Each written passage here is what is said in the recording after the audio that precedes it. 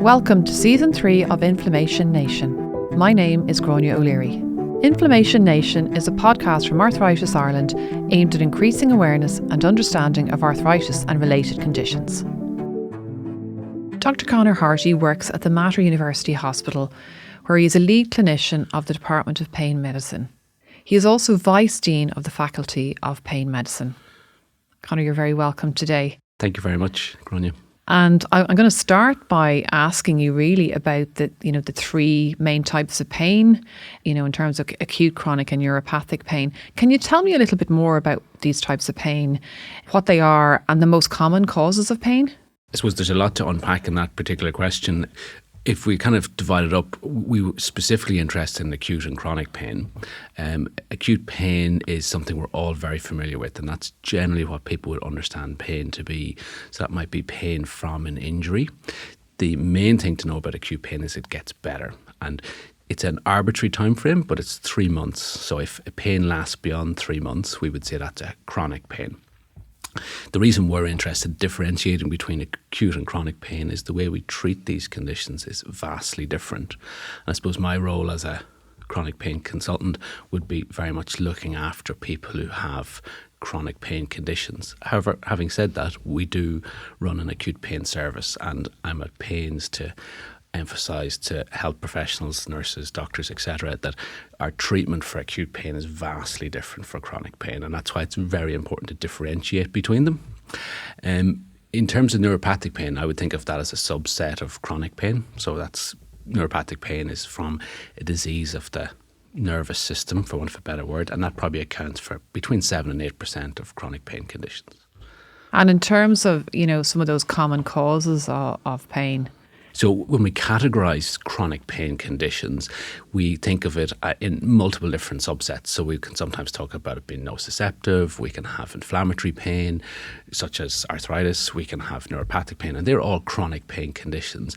But there's also mixed pictures. So sometimes you could have a little bit of neuropathic pain and mixed in with inflammatory pain. So in general, we tend not to see it entirely in isolation. I suppose that's really my role in assessing patients, so both talking to them, examining them, reviewing investigations, as we're trying to decide where the likely diagnosis, where the cause or the function of their pain is, and how they're going to best manage or treat or handle that pain and have a best quality of life with their pain condition. Okay, so I suppose how does someone decide, when their pain is bad enough, and I say that bad enough in inverted commas, to warrant attending their doctor or their healthcare team? For example, if a person has pain that comes and goes over a period of weeks, at what point do you think it needs attention? I can very simply answer that question. If there's interference in someone's ability to both function physically, socially or emotionally, that's time to have someone look at it and see, can we improve on it? In terms of how bad does a pain have to be, the question I love asking doctors in training in particular is, would they rather have very severe pain for a short period of time, like acute pain after surgery, or would they rather have niggling chronic pain that lasted months or years? And invariably, we can all deal with the pain that we know is going to get better, and especially when we're offered symptomatic treatment. So the pain levels don't have to be too bad to cause significant interference. And the interference we see generally is in both physical, family, occupational and emotional functioning. And they can be a little bit pervasive in the sense that they kind of can gradually kind of gnaw away at someone's ability to enjoy life. And that's where our assessments tend to be quite broad, and we tend to work closely with our colleagues both in physiotherapy and in psychology. And that's trying to tease out where there are modifiable aspects to someone's pain presentation, as it were. And I suppose when somebody first visits you in clinic, how do you go about looking for that source of the pain or the cause of the pain? That's a very challenging question to answer in the sense that I'm very much involved in training specialists in pain medicine, and we've recently developed a new curriculum for doctors who want to train as specialists. So I would say it takes a lot of time and effort, and there's a vocational aspect to learning how to assess someone who has a pain presentation. We would tend to follow what we think of as a biopsychosocial assessment. So we would always look for a biomechanical cause of a pain. So we'd want to exclude, be it an arthritis or a fracture or a serious condition that's causing it, which would have a dedicated treatment pathway. But occasionally we have a chronic pain presentation where we can be happy enough in terms of the cause of the pain, but there may be other aspects to someone's suffering, and that's where we would look at a detailed social and psychological assessment. It sounds challenging, but in general, when we identify some of these things, they can have a huge impact on someone's ability to function and provide rather simple ways of actually seeing a reduction in someone's pain levels and disability associated with it. So, when an individual describes their pain, is it fair to say that, people's experiences of pain can be very different? Pain, by definition, is an experience. So therefore, it belongs to the individual. If we look at the definition of pain, it's changed ever so slightly in recent times, but we talk about it being an unpleasant sensory or emotional experience, or described in such terms. So it doesn't actually have to be something that happens. You don't have to see a knife sticking out of a wound for someone to experience pain. It can be a potential injury. So there can be fear associated with it. So when we're doing our assessment, we're always looking at what's triggered the pain, what perpetuates the pain, what's predisposed that individual to experiencing the pain, and then we're looking for aggravating factors. When it comes to putting a management plan around that, we always emphasise a self-management component about that. And that can often be misinterpreted if we explain it clumsily. So I want to be very careful today to explain it clearly. When we talk about self-management, we really mean we want our patients to understand what their diagnosis is or what their diagnoses are. So it can often be more than one. And then we want them to have a clear understanding of their role in managing their condition. And then we would emphasise the collaborative component of what we do. So we want to work with patients to help them get better. So rather than us taking ownership of their chronic condition, we want to develop a management plan in conjunction with the patient and have their role in that very clear for them. That is very challenging work to do. Mm-hmm. And I suppose in terms of what you're describing there, is that a new sort of way of managing pain that has emerged in recent years, that sort of joint management plan? I would say no. I think that management strategy has always been there. Medicine has been quite paternalistic for many years, and patients have been told, do what you're told, take the medications as prescribed. Whereas now we want to have a much more collaborative component. So that component of it possibly has changed, but in terms of the self-management bit, I don't think that has changed vastly. The way we communicate it most certainly has, and also patients' willingness to participate in it has certainly improved over time. The whole biopsychosocial approach has been around for a very long time.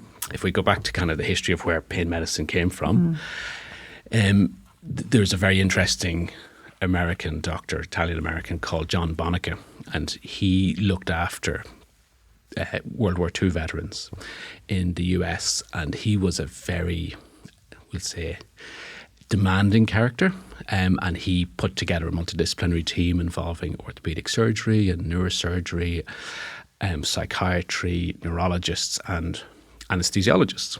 And the role of the anesthesiologist was, if someone had an injection, they might get relief of pain for 6 weeks. But he realised that pain wasn't just about the sensory experience. So he really developed the first multidisciplinary team, and that was in the 1940s in Washington, and he's developed the whole service from there. So this idea of biopsychosocial has been around for 80 years plus, so it's not new. If anyone's interested, there are some lovely articles written on John Bonica, and it does explain the history of pain medicine quite nicely. Okay, thank you for that. And just moving on now, and in terms of, pain management itself, what types of interventions are we talking about here that may form part of that management plan that you just mentioned? So a part of my role is as an interventional pain physician. So we would do injections, we would sometimes do radiofrequency procedures, and we'd sometimes do surgeries for people who have chronic pain conditions. But I'm certainly not the only doctor who looks after people who have chronic pain. I would actually say that all doctors look after people who have chronic pain. Mm-hmm. And in some ways, the success of orthopaedic surgery is a reflection of how effective they have been in dealing with osteoarthritis. If someone has severe osteoarthritis and dysfunction of their hip replacement is life-changing for the vast majority of patients. So orthopaedic surgeons look after lots of these conditions, but specifically in my role, we're looking at diagnostic injection. So we're looking at, can we tease out a mechanism for someone's pain disorder? And occasionally, if we find a clear diagnostic cause, we might do a nerve ablation technique. So that would be using electricity to break the link between the peripheral tissue and the central nervous system, and that can give symptomatic relief that can be long lasting. The difficulty is when someone has pain on a daily basis, they will often look for and agree to experimental treatments, and that's not really what we're after. What we want to do is target these treatments to the people who will benefit from them. And that's where the broad assessment is quite important. And it can be disappointing. People come with expectations that we're going to provide a passive solution to their chronic pain condition. And it can be very disappointing if we can't do that. But I think it's important we're honest with people up front and explain why that isn't always the case. Do you find that when you're dealing with patients who are living with long-term pain conditions that, I suppose, the availability of information on the web, etc., and some of that obviously not always the best information, is that an issue for you that you found in recent years? It's a huge issue, and I would have been always quite careful and tactful about how I would approach that. However, I'm getting less patient with some of the information that's been given to patients, specifically internationally. And I suppose the best way I can explain it to an individual is when you have pain on a daily basis and you're suffering, you're very vulnerable. And there are people there who are willing to exploit that vulnerability for financial gain. If something is an experimental treatment, it should be as part of a study so that it can be disseminated to other patients suffering with similar condition. It should not cost a huge amount of money, and it should come with relatively clear information on how it's postulated to work. If something is costing tens of thousands of euro and it's done in a country that has loose regulations, I'm very sceptical. I expect that to be fraud. I suppose when it comes to things like medications as well, like obviously in the past, you know, the control of kind of chronic pain and that, there's been a very, a very strong relationship with the provision of pain relieving medications. You know, what is your take on that? Because obviously when people are living in chronic pain, you know, they can develop a resistance to medications. It requires increased dosages. All of those issues then that spin from that. There's a large number of medications that are used to treat painful conditions. Most of the medications that are available are perfectly appropriate, and I would emphasise patients listening to this should not change their medications without talking to their family doctor or their specialist before making any changes. There's been a huge amount written, particularly in the media, about specifically opioid medications for chronic pain. So I would separate them out from every other class of drug. The summary of it is these medications were marketed in the 1990s to manage chronic pain conditions. They were seen as a cheap, easy and effective way to treat people with chronic pain. They were oversold in terms of they were taught to be more effective than they were, substantially more effective, and the harms were absolutely minimised. We definitely haven't experienced the same scale of problem in Europe as they have in North America. But having said that, the benefits have been vastly overestimated and the harms minimised. A little bit of me worries the pendulum can swing too far the opposite direction. So I'd want a fairly balanced, nuanced approach to the problem. So I wouldn't say we should never use them. I was just going to ask you, is there a place? Yeah. Is there a place for them? So they absolutely have a role in acute pain. They have a role in cancer-related pain, and they do have a role in chronic pain. However, in chronic pain, we would use them in such a way as part of a rehabilitation program. So they can't be just a prescription on its own, and that's the only treatment. It has to have a benefit. It has to be an upside to it. So it might be that someone might use strong painkillers to increase their activity levels before they have another intervention that's going to eventually get them off the medications. But essentially, they're not a long-term solution, and we would sometimes use them when everything else has failed, and we might be following more of a palliative type approach with certain individuals. So I wouldn't say we never use them, but we're using them less, and we're being very deliberate in terms of what we expect our outcome to be. Okay, so that's really helpful, because I think there has been obviously a number of best-selling books on the topic about the issues that arose in the United States in particular, also Netflix series, etc. So it is something that's come up amongst people that would be in contact with us in Arthritis Ireland. In terms of, from a patient point of view, one of the misconceptions that I find worries patients, particularly patients who aren't maybe familiar with some of the series, is there's a vast difference between someone who has a tolerance and dependence to an opioid medication versus someone who has an addiction disorder. Mm-hmm.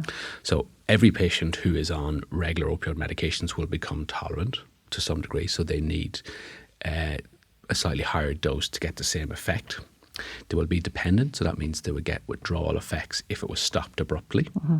However, addiction describes a compulsive use. It describes loss of control, also describes continued use despite harm. So there's lots of aspects to addiction that are vastly different.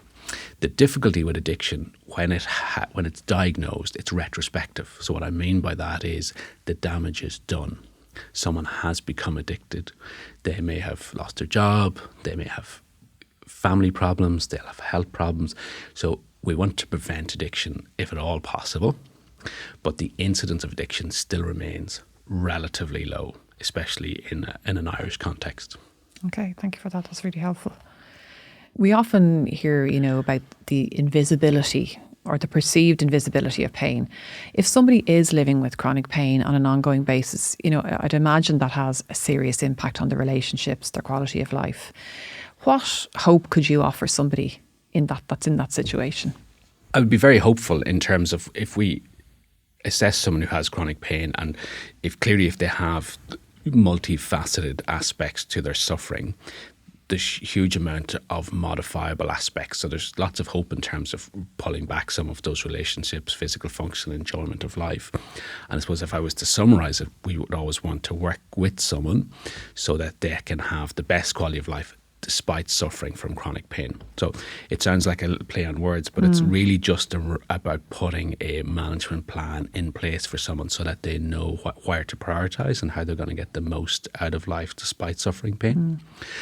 The other important aspect of the question is oftentimes people feel that people lack empathy when it comes to pain because it isn't a visible disease that can be seen.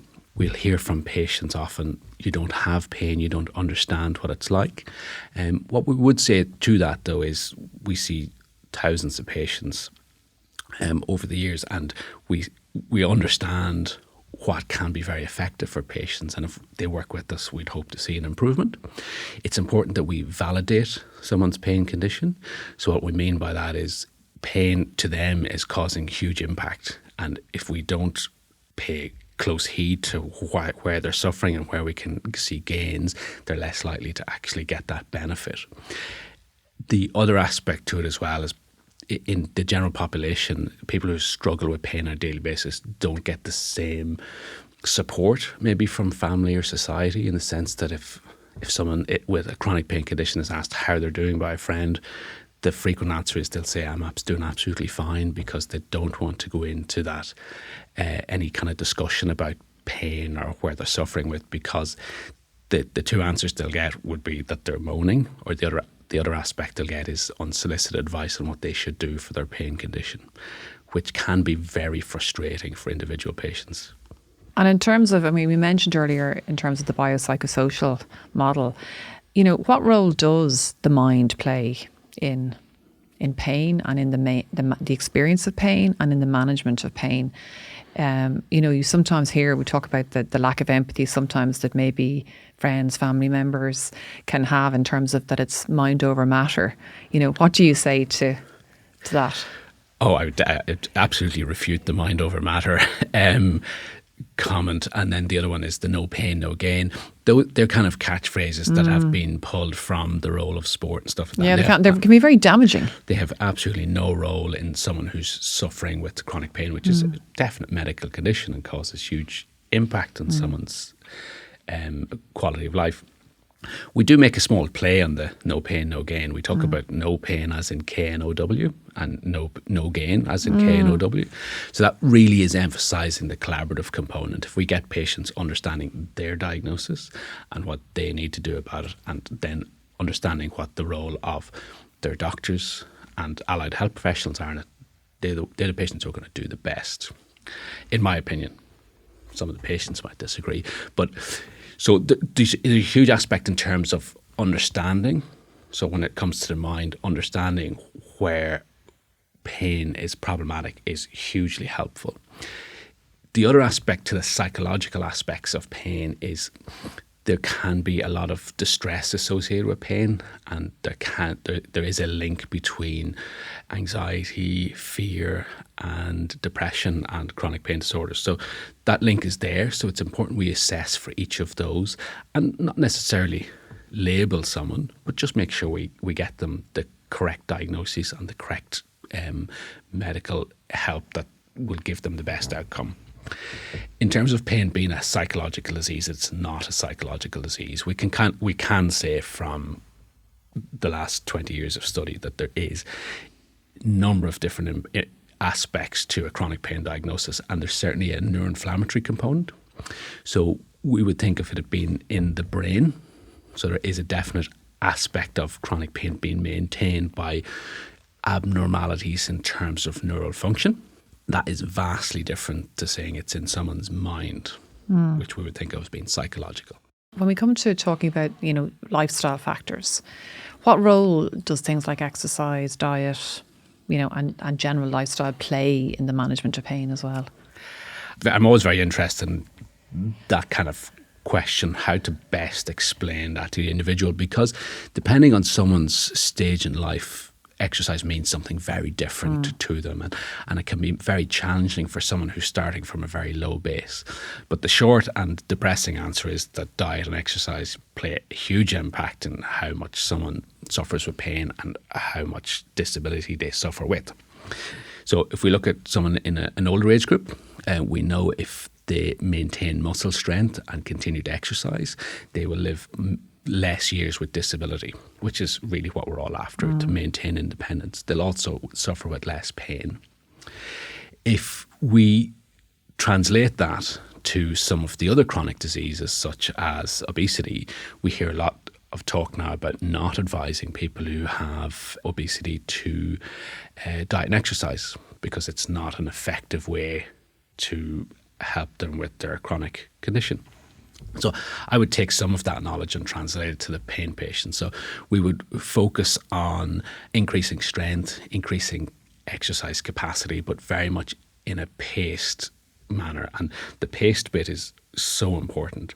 So often when we meet someone, we can tell them exercise is important as part of your rehabilitation from your chronic pain condition.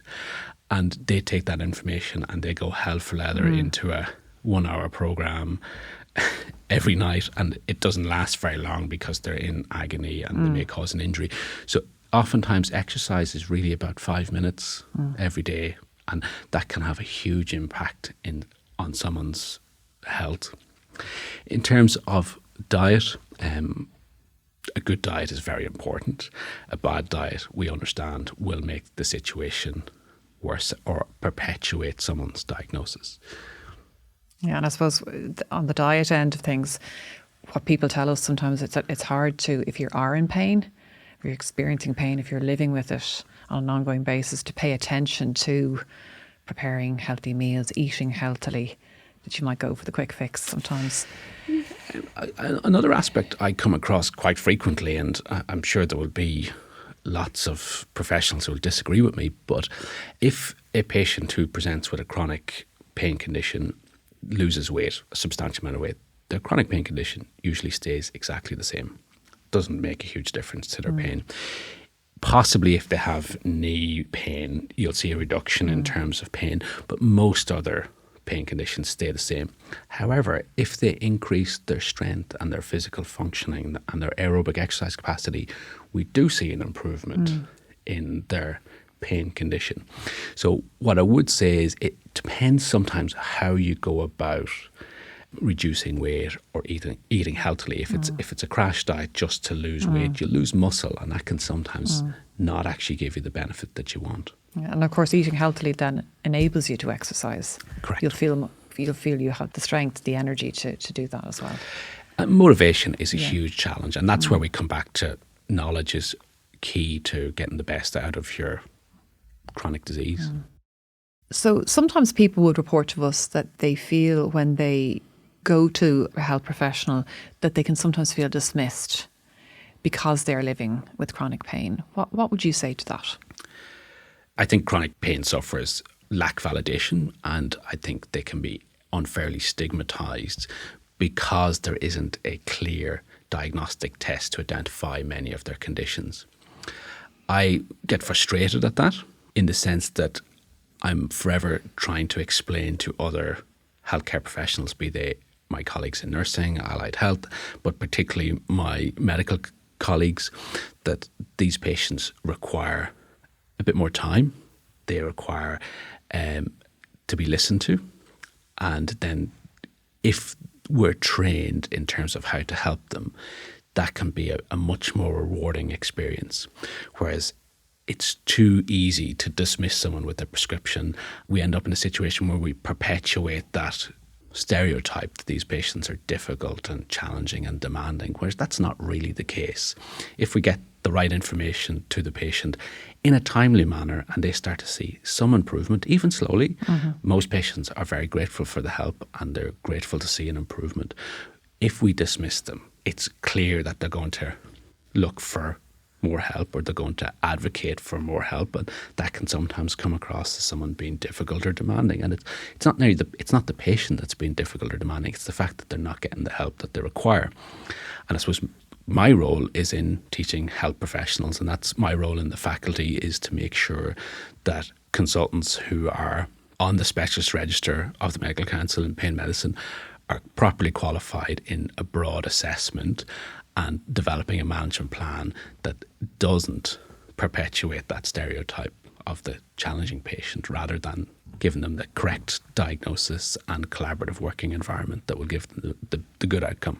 And my last question for you, Conor, is really about, for people who are listening to this podcast and who are living in chronic pain or with chronic pain, what's your, I suppose, top piece of advice for them? I would still come back to have a chat with your family doctor. Make sure you're clear in terms of the diagnosis and what your role is in managing that. And that's where you're going to get the best outcome, is that collaborative approach. There are lots of resources, and that can lead to huge confusion because you don't know where to seek the advice. But certainly having a chat with your specialist or a family doctor and making sure you're clear in the diagnosis. Because the advice I could give someone who has chronic back pain, who's had previous back surgery, would be vastly different to maybe someone who had an inflammatory arthritis with sacroiliac pain. The symptoms might be very similar, but the treatment of one would include a lot of immunosuppression, and the treatment of the other might be very much more based in terms of psychological and stress reduction and pacing activity. Dr. Conor Hearty, thank you very much for joining us today. Thank you very much for having me, Gráinne, and thank you for the opportunity. That's all from this episode of Inflammation Nation. Don't forget to subscribe on Apple Podcasts, Spotify, or as they always say, wherever you get your podcasts. For further information about arthritis, you can visit our website, arthritisireland.ie, or contact our helpline on 0818 252 846. See you next time. Inflammation Nation is supported by Pfizer.